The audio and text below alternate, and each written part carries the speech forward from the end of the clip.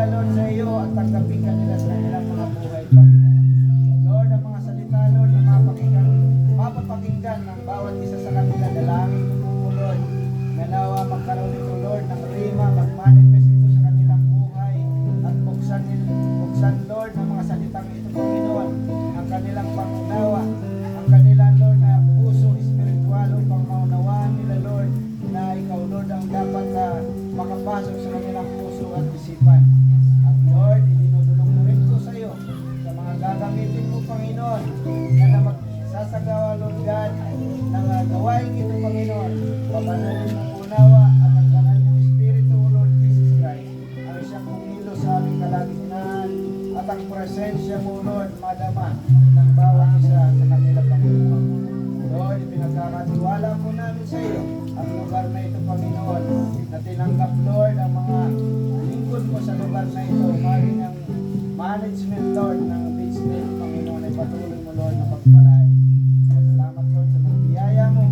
Pinagkakatiwala po namin sa iyo ng bawat salita, Lord, na ipagkakaloob mo sa oras na ito ay ito, Lord, ay maging pagpapala sa bawat ito. Purihin ka, sambahin ka, mga Diyos, sa ngalan ni Jesus.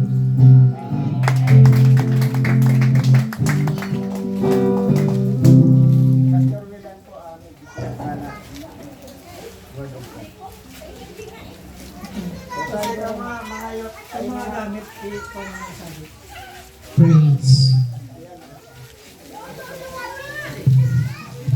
Basta pwede po itong gamit, i-open natin ito siya. Dyan yung mga candidate sa baptism. Dito na sa mga. Direct ka sa mga.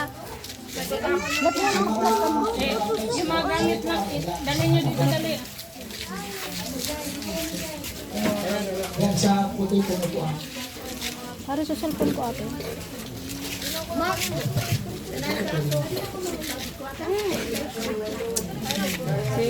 So mga nasa likod po, pwede kayo ano po, kung bigyan iwasan muna natin yung mga kwentuhan. Mamaya po, kasawa tayo sa kwentuhan. Bilang paggalang